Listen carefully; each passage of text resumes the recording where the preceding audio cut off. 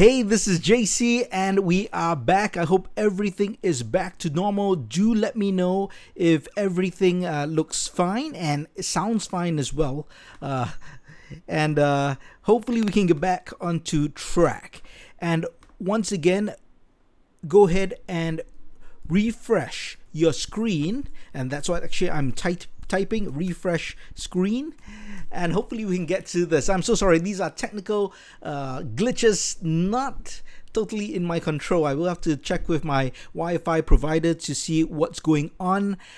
So sorry for that, but we are going to get into this. I know you guys have been waiting. Sorry to waste your time. I hate to waste anyone's time.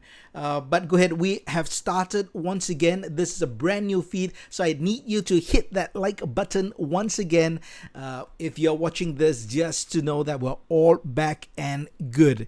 Well, great. We'll let a couple more people come in and I'll just talk about a few things. Today we'll be talking about two topics. One is how to generate mock ideas in the context of Lego cities. And the second is some tips for YouTubers, specifically Lego YouTubers who are just starting out and who are thinking about growing your channel. Now, I know not everyone is a Lego YouTuber, so don't worry, that will be short and sweet. But really, these two topics were chosen by you guys because I did a poll last week and there seemed to be equal interest in these two topics, so I thought I'll just do a joint topic live stream. So this might actually go longer than the 45 minutes, even though we've now kind of started about 14 minutes late. Well, do join in, and it looks like we do have a whole bunch of people, so I'd like to say hi to the people who stayed, and hopefully you're back and we've got a whole bunch of people in as well. All right, so the first topic that we are going to talk about today is basically how do you generate mock ideas. Now, mock is my own creation, and that is basically your own customized version of a particular build. And since I'm talking about Lego City builds in general, we'll be focusing our attention on that. So we're really talking about what can you build for your Lego city? I know it may seem obvious, because if you have something in mind and you want to build it, you would just go ahead and build it. That's not much thinking. But I've seen a lot of people, and it's happened to me as well, where you sometimes get creative blocks. Does that ever happen to you? You've kind of done one project and you're thinking of building something else, but you have no idea what you want to build. For one, you might not have the parts, so you really have to think carefully before you invest in a new mock, because you might have to buy parts, order parts, gather parts, and that's a significant investment in both money and time. So sometimes you have to be really careful about thinking about what mock you should build next. So that's what I'm doing in this particular video. I'm just going to share with you my own strategies and techniques when it comes to developing ideas for mocks, and maybe my own experience might give you some ideas or inspirations so that you can build your own mocks. So that's what we are talking about.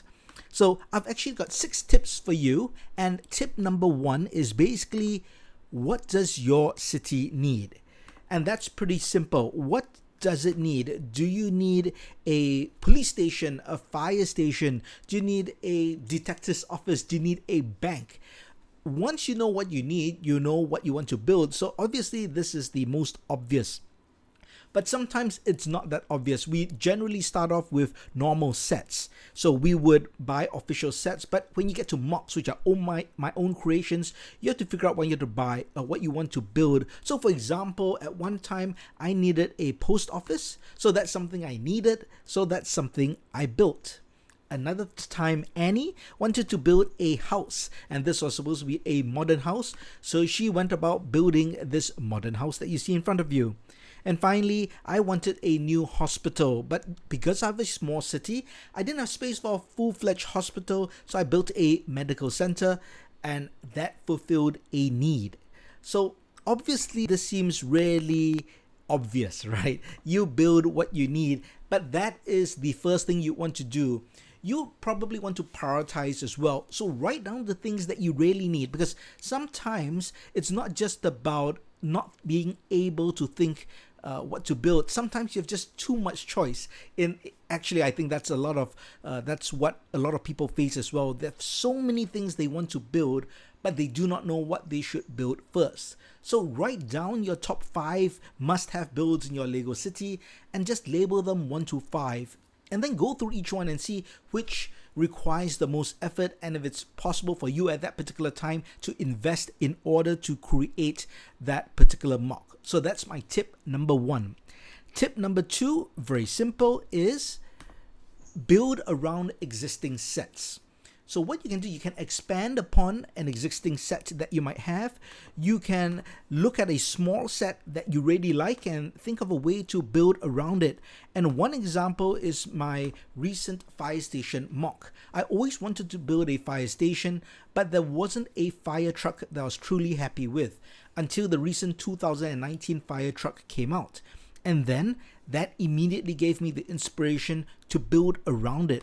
So I basically built this fire station, which is supposed to be a small fire station or a outpost, and I built it around this fire truck. That's why the garage that you see just fits the fire truck. And then I built in all the details to fit this particular build. So that's how I got the mock, or the idea of the mock. I started with an official LEGO set, an existing set, and then I built around it.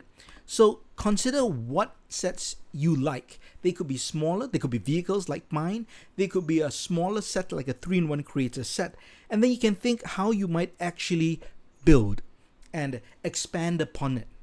So now tip number 3. Tip number 3 is to choose a theme. Now, what do I mean by that? Now, theme can be something like you want to build something that is superhero related. Or recently, there have been a couple of YouTubers who have been building to the theme of Stranger Things. We've got the Jackhammer, TD Bricks, who have built various scenes or locations from that particular show. So you can think of a theme and you can then build an idea from there, because that's something you want to build. I'll give you an example from myself.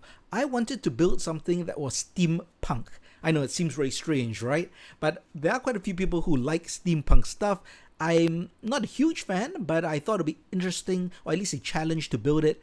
So I decided to build something small, and I built a band. So I created a steampunk band. So they had a little bandstand, and there was a stage for a grand piano. And I felt that this was an exercise in creativity, but I basically came with a theme to create the band. And then I even integrated it into my LEGO City for a bit, where they did an outdoor concert in my town square. So think of a theme that you like. Think of, as I said, whether it's a superhero, it could be even a cops and robbers theme. It could be a disaster theme. So you might want to create maybe an earthquake, a flood, or something like that. So if you think in themes, it can give you ideas to build a mock that would fit your theme. Tip number 4. Tip number 4 is one of my favorite ways of creating mocks, and that is to combine sets. So you do need a bit of creativity in terms of a creative eye for this. So look at different official sets. These do not have to be mocks. These are sets that LEGO actually sells, and see if you can combine any sets to create a unique build of your own. It could be a bigger build, or it could be just completely different by combining different sets together. And I have done quite a few of these. Let me give you a few examples. This one is pretty unique, actually. This is built from several Ninjago sets. I have got 2 builds from the Temple of Arjitsu, and we've also got the Temple of the Ultimate. So these are the 2 main sets that I used to build this yoga retreat. So the grand gray outer walls and the red door, that's expanded version from the Temple of the Ultimate. And then we have the smaller builds from the Temple of Arjitsu inside, which forms the yoga studio as well as some massage room. So that's quite, I think, a bit different. You don't often see such a mock. Another mock, which I'm sure a lot of you know if you've been following my channel now, is that I'm taking 3 sets, 2 Great Halls and 2 Hogwarts Clock Tower, or 1 Hogwarts Clock Tower, and I'm creating a cathedral. And at this point, I've managed to build quite a huge building, which sits on 2 32 by 32 stud base plates. So this is an idea of combining sets to create a mock. And sometimes when you do create a new mock, you get other ideas. For example, I just shared my builds for tombstones for a graveyard, and that's because I wanted to add a graveyard to my cathedral, or to the outside of the cathedral. So I had to design tombstones. So I spent a bit of time just coming up with different designs for tombstones that look varied and can add variety and density to the outside of my cathedral. So that's combining different sets together to create a new MOC. And I think this is quite an easy way to get into MOCs, especially if you're new to MOCs. It can be quite daunting to create something from scratch. So it's easier to work with something that has instructions that you can build up in existing form, and then think of ways to incorporate them together to create something new. Let's head over to tip number 5. And tip number 5 definitely would be my favorite, I think, and that is to build remocs or remakes of older sets. So what's a remoc? It's basically a remake, and that is to look at an existing set or an old set and see if you can update it or make it unique or make it your own. So this is a step up from combining steps, I'd say, because you'll be able to look at a set and use that as your reference to build your own MOC. So you're doing a cover in the sense that you're retaining all the essence of the builds, all the key features, and then you want to update it, make it modern, either with different colors, different build techniques, or different bricks. And I think it's best if I can just give you a couple of examples. So here's one that I did, and it's a small build. You don't always have to do a big build. This is the Friends hot dog van. Now, I think in concept, it's a great food truck. I mean, it's so novel. You get that whole shape of the hot dog built into the truck or the van. But, you know, I don't like the Friends colors. It's just a bit too jarring for me. It's not too realistic, at least in my Lego city. And I prefer more realistic colors. So I simply remocked it to what you see in front of you. In this case, it was originally built for my movie theme park, which is defunct. It's no longer going to happen. But I built this for the theme park. That's why there's that movie sign in front, so that it was fitting the theme park. But that's a very simple remock. Let me give you something which is a bit more elaborate. And this was actually proposed to me by Jacob from Brick Bakery. He proposed that I do this remock of set 352. It's a very classic set, very, very old, from the 1970s. That's why there are all these basic colors. But it's a windmill, and he has a fetish or something with windmills. So I decided to take on the challenge, and I did a remock where I rebuilt this set. So I kept the essence of the build, but I made it modern. I made it updated, including updating the truck as well. And that's what you see in front of you. So the key to a remock is to look at the key features and see how you can recreate it to look modern. Here's another old set. And this is a chocolate factory. This was a promotional set, I believe also in the late 70s, if not the early 80s. And it's almost like a little town setup or city square setup, in the sense that there is a road base plate and there are other builds beyond just the building. So I used that as inspiration, and I rebuilt it to create this remock as well, keeping all the original essence but adding in my own elements, such as that 3D chocolate sign. Here's one more remock, and I think this is probably one of my favorites. This is Dolphin Point. This comes from the 1980s, and one of the key features of this particular build is the printed base plate. In fact, a lot of the sets from this Paradisa series, they come with printed base plates that you see in front of you. So if you really wanted to do this, you would have to buy the base plate, but I didn't want to buy the base plate. I wanted to rebuild it, and I wanted to keep the essence of the base plate as well as rebuild the building. So that's why I came up with this. So this is a completely 3D built base plate using various bricks and plates, mainly plates, no bricks, to create that texture. And of course, I rebuilt the rest of the building, or the lighthouse in this case, just to, complete the set. So that's how you do remocks, or those are example of remocks. And it's great because it gives you a reference point or a starting point. You don't have to think from scratch and rack your brains what you're going to build. You can use these as references. So even if you need something to build, I suggest you go ahead and Google and look at old sets that LEGO puts out, whether it's a police station, a hospital, a windmill, a bakery, whatever it is. Check out and see if they have released a set like that before, and you can use that as a reference, and it's quite rewarding to do a remock. Now the final tip number 6, is to challenge yourself. And often the way I do this is I actually think of something I want to build or that I see in real life and I want to recreate in LEGO. So it is a challenge. I see something and I think, wow, I wonder if it's possible to be built in LEGO, and could I do it, and could I make it minifig scale to fit my LEGO city? Because generally everything I build has to be a minifig scale to fit my LEGO city. So more often than not, these challenges tend to be small builds. So for example, one of the things that I wanted to build was a pinball machine. So of course I did my research to see if other people had built pinball machines, and they had, but they just didn't look right in my opinion. I also did not want to use custom stickers just to create the look. I wanted everything to be brick built, and this is what I came up with. And I'm pretty happy because of the scale and the look of it. One thing about these challenges is to make sure that the item that you're building is realistic. Another thing I wanted to build was some kind of a janitor's trolley for, at that time, was my hospital, but of course you can use it for any building. So I wanted the iconic red trolley, and again, just to look like what it's supposed to be. I also designed a soda machine or soda fountain. I wanted something that was highly recognizable. I did see some soda machines that did give me inspiration to build this, but not in this exact form. So I'm pretty happy with this, how this turned out as well.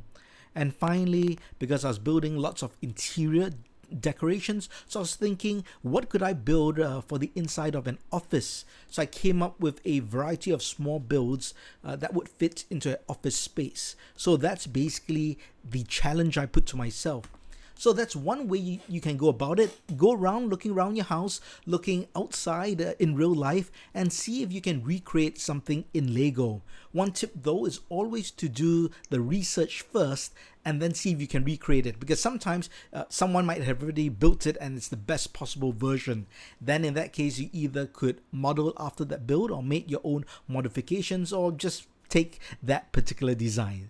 So there you have it. Those are my 6 tips on how you can develop ideas for your LEGO city when it comes to building MOCs. Now let's head to the chat and let's see what you guys are saying. Is there anything you like in particular, or have you guys employed these tips? I'm sure a lot of these tips are very common sense, I would say. So let's head to the chat and see what you guys are saying. I'm going to see if my chat here has reloaded as well.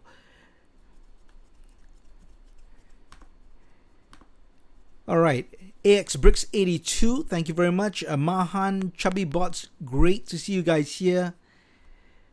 Mahan says, I need those houses next to the Temple of Ajitsu and the temple. Yeah, that is a nice set. The Temple of Ajitsu is a really nice set, and you should try to get it before it's retired. I'm not even sure if it's retired yet. The Golden Light, hi, how are you doing? Kawi dropped by, thank you very much. Lego Lamaniac, Drum Bones, how are you guys doing? Lego Lamaniac says, I'm not too fan of base plates, so that is a great alternative. BrickTube, like the Chocolate Factory. Krish, how are you doing? You're late. Better late than never. Lego Dad, did you mock build the piano? That particular piano, no. That piano came from the Joker Manor. So the Batman Joker Manor. So you can check out the instructions for that. It's a great build. What comes first, the interior MOCs or the buildings? For me, definitely the buildings come first. I only do the exterior of the buildings first, and then I do the interior. Sometimes I do have an idea of what I want in the interior, and I might pre-build something. But generally, I always build the exterior first and then fit the interior in. If you've got any questions, please let me know. Still to come for this live stream, we're going to talk about YouTube tips. If you are a new YouTuber, you've got a channel and you want to grow it, I'm going to give you a short crash course on how to go about doing that. And I've also got the Small Brick City Spotlight, so you don't want to miss that. Okay, so a couple of you wants the YouTube tips. Why don't we launch into that, and then we can get back into the Q&A. So if you have started a YouTube channel and you're thinking of trying to build your channel, and normally when we say build and grow your channel, you're talking about getting views and subs. Well, the first thing you never want to do is come to someone's live stream and ask someone to sub to you. And in general, you do not want to do a sub to sub or ask for a sub to sub. For one, it's against YouTube policies, and if they catch you doing that, they can basically delete your channel. The second thing is just not good practice to try to build your channel on a sub to sub. You want to build the channel based on content that you want to create. With that said, here are basically a couple of tips that you can do. Now, this is the most important. It seems the most obvious, but I'll get into greater detail. And that is, you want to create content that has value and is different. So let's break it up. There are two things here. You want to talk about content that has value. What I mean by that, value means is you provide something that people want to watch. You fulfill a need. You generally want to either entertain, educate, or inspire them. Those are what I consider are value statements to your viewers. And I try to incorporate entertainment, education, inspiration in all my videos. I can't do it all the time, but I at least strive to, because I want to provide value to my viewers. So if you create content that only you like and you don't think of your viewers, chances are people may not like to watch your content. So always think of your viewers in mind when you create your content. The second is different. You want content to be different. Now, what do I mean by that? You want to create content that no one else is creating. Now, it is very hard. I will be the first to admit that, because different people are doing different things already.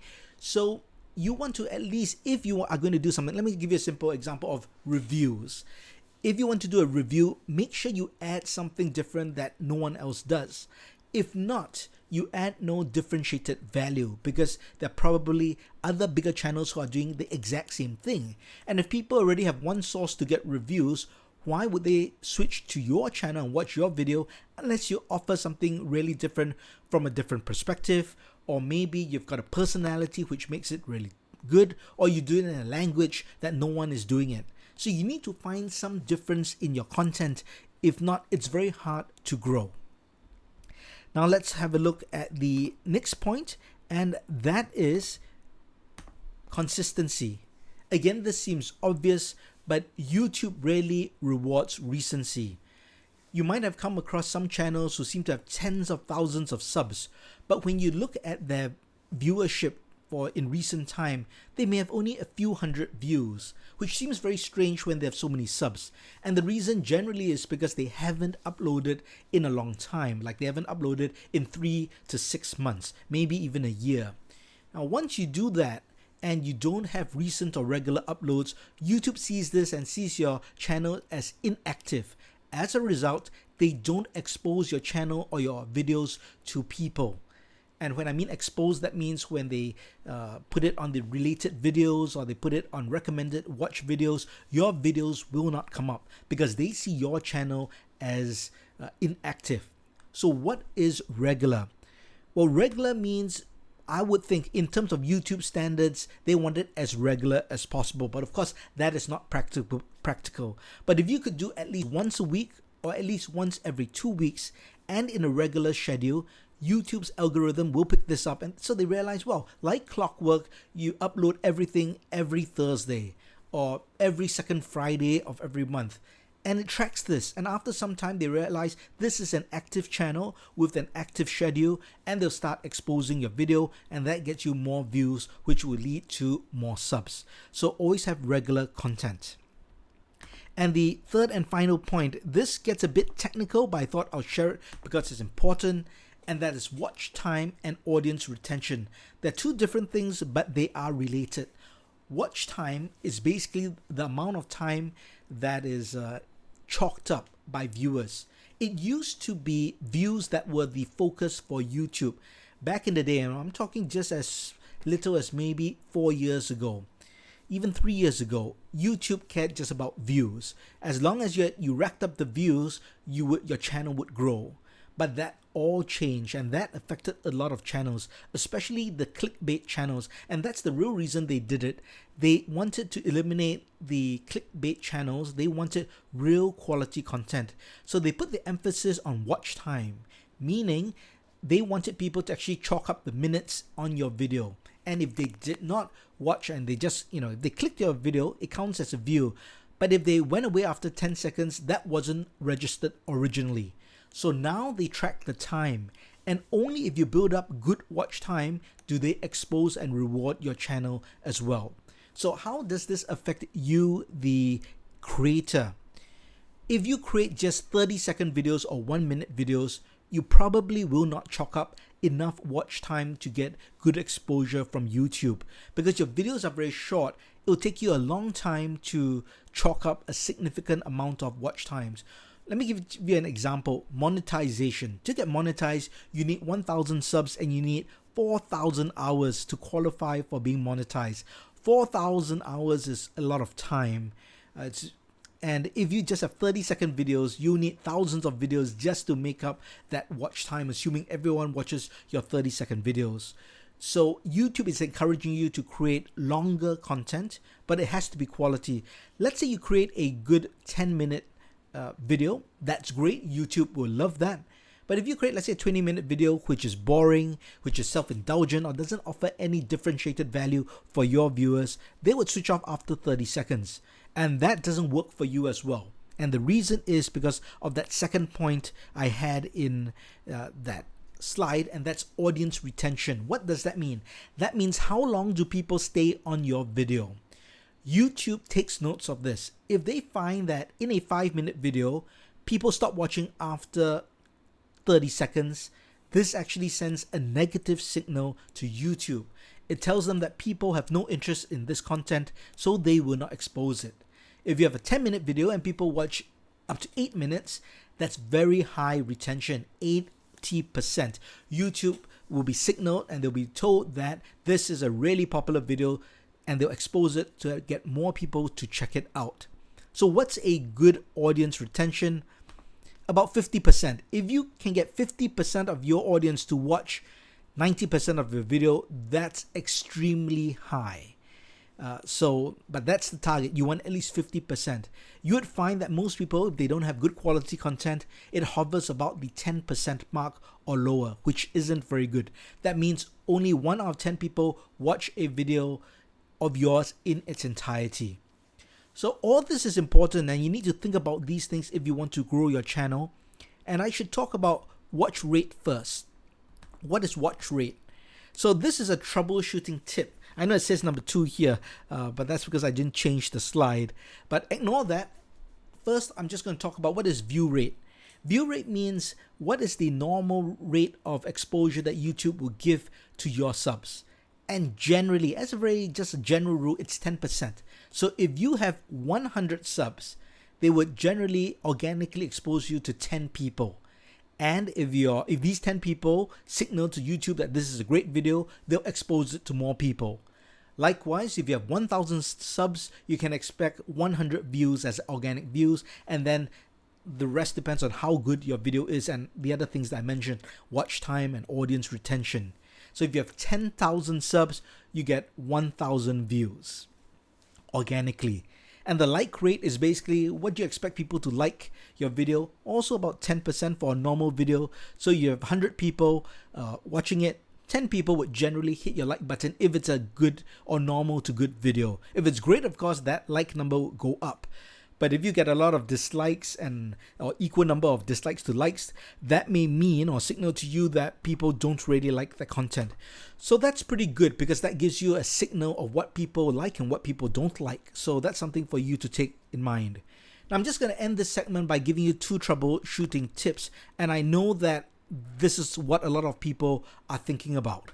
So troubleshooting number 1 is, why are people not watching my video? You put out your content, but no one seems to be watching. So I'm not talking about sub count here. I'm just talking about views. No one is watching your videos. And the reason for this is very simple. It means that the two main tools which attract people to click aren't very good. And the two main tools are the title and your thumbnail. So you want to make sure your title and your thumbnail are attractive so people want to click. Now to do that, what you need to do is just go ahead and YouTube search or Google how to create great thumbnails and great titles. So I'm not going to go into that, but that's what you need. The reason why people aren't clicking because they aren't attracted by these two things. If you improve on your title and your thumbnail, you are going to get those clicks. Now the second and the last troubleshooting tip is people are now watching your video, but they are not subscribing. So you're looking at your views and you say, hey, 10, 20 people, 50 people are watching my video, but only 1 or 2 are subscribing. So what's the reason for this and what can you do? So the reason for this is very simple. People are watching your video, meaning they're clicking to watch. So you have great thumbnails and you've got a good title. But the problem is probably the content you're providing is not great for them. It may not provide value or it may not be differentiated. So you need to relook at your content to see if you're providing something with value. So that's the reason why people aren't subbing. And I'll just mention one last thing on this. If you are trying something and you've done it for some time, let's say 3 to 6 months, you're doing the same thing. You've got your thumbnail, you've got your title, but no one is really watching and you're not getting the subs. Then I'd say you better try and go back to square one and change something. Change your titles, change the way you present your thumbnails. Because if you keep doing the same thing and you're getting the same results, it will never change. So if you want different results, you need to change what you do. So that's it. That is the small section, although I think it's been pretty long, on tips for YouTubers. If you've got any questions, let me know. I'm going to go through right now to have a look at your questions. And we have, let's see, Bricks on Thin Ice. Oh, okay, BrickTube. What should I make my first video about? It's really up to you. Make something you want, that's very important, but think about what your viewers would like to watch and how is it different from the rest. Bricks on Thin Ice, you asked, define regular. What do you mean by regular? I can't remember what the context was, so could you ask that question again? Oh, I'm answering it already? Okay, fine. Let's see. Tayshawn, you say, I have a stray cat at my front door. I tried to push it away, but whatever I do, it still comes back. Well, bring him and put him on your Lego city.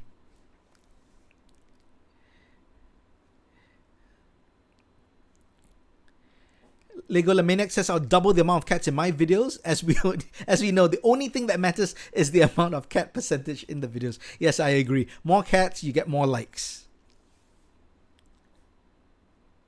Bricks on Thin Ice. What if you upload because you believe it's fun sharing a hobby of other, but sharing it? Yeah, that's fine. Okay, so Bricks on Thin Ice is saying, hey, you're sharing your hobby, your Lego city, but there are no tips or anything. Actually, you'll be surprised when you share, let's say, your Lego city layouts. By default, you're showing people your ideas of how you created something, and indirectly those are tips. Now, not all tip videos have to be overt, like this is how you do something, this is how you build something, or 3 tips to do this. You don't have to do that. By nature of sharing how you do certain layouts and highlight certain mocks and builds, you are sharing tips, and that is value alone.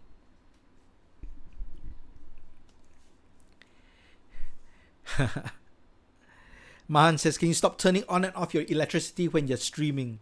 I assume you're talking about the glitches just now. Has there been a continuity of streaming this time? Please let me know. Has everything been good for this stream so far? Drum Bones. You have to know what you're talking about. Of all the Lego channels, you have my favorite and the one that always comes. Thank you very much, Drum Bones. I appreciate it. Trudy Bricks. I love consistency and I love to know in advance the type of video I will see to learn, to have new ideas, to see new sets. Brick Studio says, tips on getting more subs. I only have 39 videos or 39 subs. So Actually, I've got 2 videos. Just check my playlist for other video guides. I've got 2 videos on how to build 1,000 subs in 6 months. So I spend almost an hour between those 2 videos sharing exactly how to do that as I did. So check those videos out. ChubbyBot says consistency is also in the format, style, and message of your video. Now that's very true. ChubbyBot's an amazing YouTube channel. You know, just 2 months ago in May, he had 75,000 subscribers. And I thought he had 50 because I saw it a couple of months ago, he had 50. So I checked his channel just, I think, yesterday or the day before. He has now 92,000 subs. He's probably got 95,000 subs at this point. So he's growing so fast. So his point was consistency is also in the format, style, and message of your video. That's very true. So it's not just the amount of videos you upload, but people need to know what to expect. Now this is pretty more advanced, and you should check out the videos that I put out on this subject. But basically it's your brand identity.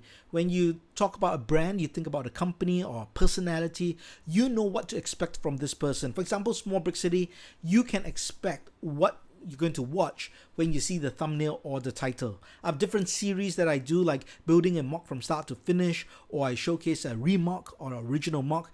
You get an idea of what to expect in terms of how I'm going to deliver it and what you're going to see. So that is all part of the branding of Small Brick City. So all successful channels have that. Whatever your favorite YouTube channel is for Lego, or any channel that is, you know what to expect. So that is what you want to try to create for your own channel. Spherical50 says, is building mocks and showing my city something different? It is, if you're building something that is different. So if you see several big YouTubers doing a specific mock, let's say everyone is building a coffee shop, I would say don't build a coffee shop then. Because everyone seems to be doing it. It may look like you're copying them. Save that for another time. Look for something that no one seems to be building right now and build that. That'll be my suggestion. Tayshawn says, I'm working on a man cave mock. That's great. I think that's great. I'm looking forward to that, Tayshawn.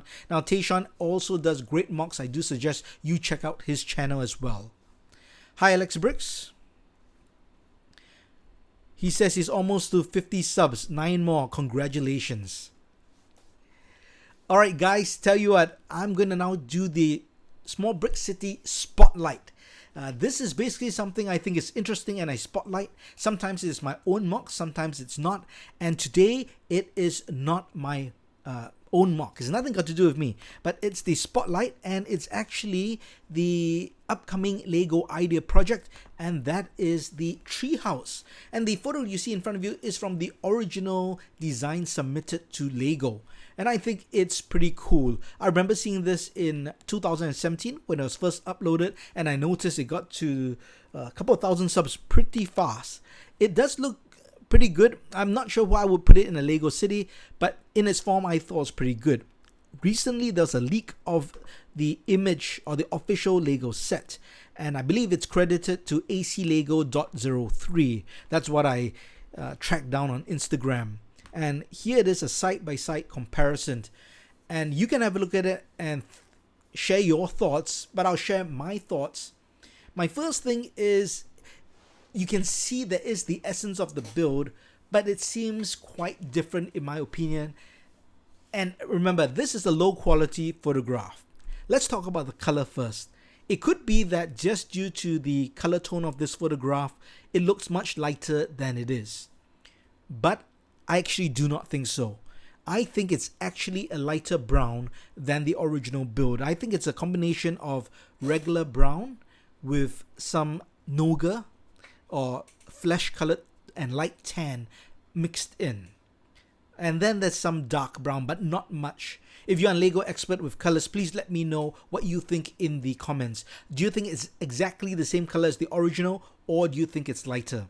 Let's just go with the assumption that it is lighter. If it is, I think that's a bit of a disappointment for me. This looks like a cartoon. The original to me looked really realistic. It looked like a really impressive treehouse. This one just doesn't look as right. I think the colors are wrong. I think the base seems a bit too narrow. In the original, there's this nice thick base which goes up towards the top of the tree, and that looks really good. It looks like a solid foundation. This one looks like just a straight tree, and it looks like it could collapse at any point just because it's not balanced. And the roof, I have a problem with the roof. The roof looks like it's dark blue, and that's not a color I expected in a treehouse. The original, I believe, was a khaki or dark tan. Here's a close-up look at both of them. And based on the photographs, once again, I think just the colors is what kills it for me. As mentioned, I do not know how this will be placed into a Lego city. If you have lots of space, I'm sure you could find it and be really cool to have. But if you have a small city, I think it's going to be hard to place. Originally, I thought, well, it'd be cool to buy it for the parts and then maybe build smaller trees and not such a big tree house. By the way, the price point for this is 200 US. It comes out in August and maybe for VIP in July. But what do you think of this set? Let me know in the live stream as well as the comments. Here's a tip for you. If you're looking for a cool treehouse set that you want to mock, what I personally like is the Ewok Village. But this came out 6 years ago, so it's probably quite expensive.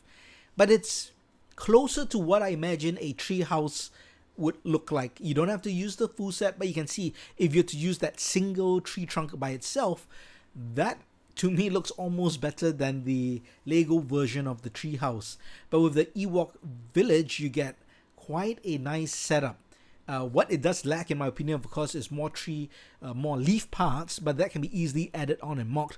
But this would fit a great mock, I think. And that's exactly what I did. I actually bought it and I tried to add it to my Highlands section of Small Brick City. So this is supposed to be the deserted, forested area. And I had the Explorers or Adventure set along with it. And you can see that in the background. Here's a wide shot of it. And in this particular scene for my Highlands, I've got one area which is completely forested, and then there's a river with ruins, and all the way to the other side where the explorers have not reached yet, we've got an abandoned temple. And of course the mystery is, why does there seem to be an Asian looking temple in the middle of nowhere? But that's how I would use the tree personally. So what do you think of the new potential Lego tree? Let's see what you guys say. Most of you agree that the colors seem a bit off. Chubby Bots, I concur with you. It does look like a lighter variant even with the photo. Yeah, the Swiss family Robinson family. Drum Bones, I agree with you. That would fit perfectly if you want to do that. And in fact, you could do an island mock and just have that single tree house. That would be pretty cool. The original submissions color is much better. I agree, Chubby Bots. Now, the reason why the colors could be different could be just the colors in production from Lego at that any point of time, because Lego doesn't always have colors readily available. Man says, me and Galagate were talking about making an Ewok Village out of the idea set before it's released. Well, do you guys like the set? Do you like to see it? Do you like that color scheme? Let me know. And I think Krish asked, what is my favorite mock? I think my favorite mock is the one I'm currently working on. It's the Cathedral, because it's turning out quite epic. I still have a couple more stages to go, but it's turning out pretty well. Do check out tomorrow's video because I showed the interior of the Cathedral. I've completed the interior and I think it's pretty sweet. Tayshawn also agrees the original one is darker brown than the final product. And Trudy Brick says, yes, I like it. Movie review, I've got a question. Can you use old Lego bricks with new Lego bricks even though there's dust? Well, I would say first clean it off.